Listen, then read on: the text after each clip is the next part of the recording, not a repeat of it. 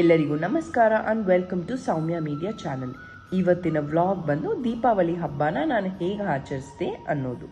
ದೀಪಾವಳಿ ಹಬ್ಬವನ್ನು ದೀಪಗಳ ಹಬ್ಬ ಎಂದು ಹೇಳಲಾಗುತ್ತದೆ. ಈ ಹಬ್ಬವನ್ನು ಅಂಧಾಕಾರದ ಮೇಲೆ ಬೆಳಕಿನ ಜಯ, ದುಷ್ಟರ ಮೇಲೆ ಸಜ್ಜನರ ವಿಜಯದ ಸಂಕೇತವಾಗಿ ಆಚರಿಸಲಾಗುತ್ತದೆ. ದೀಪಾವಳಿಯು ಶ್ರೀರಾಮನು ರಾವಣನನ್ನು ಸಂಹರಿಸಿ ಅಯೋಧ್ಯೆಗೆ ಮರಳಿದ ದಿನವೆಂದು ಹೇಳಲಾಗುತ್ತದೆ. ಆ ಸಂತೋಷದಲ್ಲಿ ಜನರು ದೀಪಗಳನ್ನು ಬೆಳಗಿ ಸ್ವಾಗತಿಸಿದರು. ಇದೇ ಹಬ್ಬವನ್ನು ಲಕ್ಷ್ಮೀ ಪೂಜೆಯ ದಿನವಾಗಿಯೂ ಆಚರಿಸಲಾಗುತ್ತದೆ. ಆ ದಿನ ಶ್ರೀ ಮಹಾಲಕ್ಷ್ಮೀ ದೇವಿಯನ್ನು ಮನೆಗೆ ಆಹ್ವಾನಿಸಿ ಐಶ್ವರ್ಯ ಮತ್ತು ಶುಭವನ್ನು ಕೋರುತ್ತಾರೆ.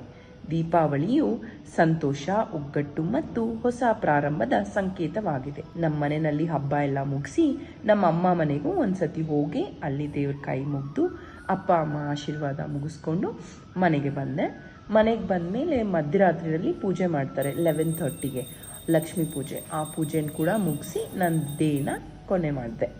ಈ ಥರ ನಾನು ಹಬ್ಬ ಆಚರಿಸ್ಕೊಂಡೆ. ಎಲ್ಲರಿಗೂ ಒಳ್ಳೆಯದಾಗಲಿ. ಜೈ ಶ್ರೀರಾಮ್.